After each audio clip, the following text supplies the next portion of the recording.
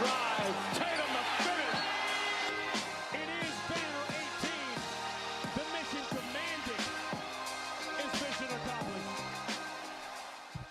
And then the guards, Cam Jones out of Marquette. Every time I see like a 6'3" kind of like well-rounded guard, I'm like, I feel like that seems to be like a safer bet than some of these other prospects. What's your take on him?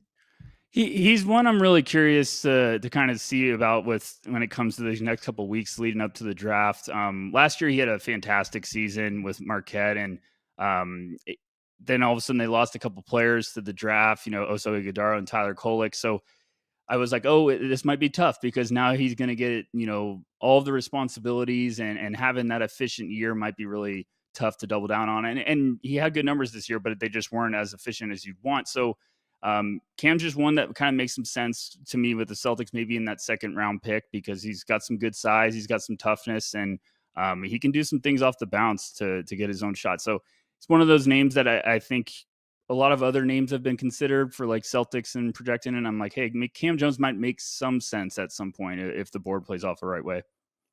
And he seems to be like a more likely to be available by their picks from what I'm seeing.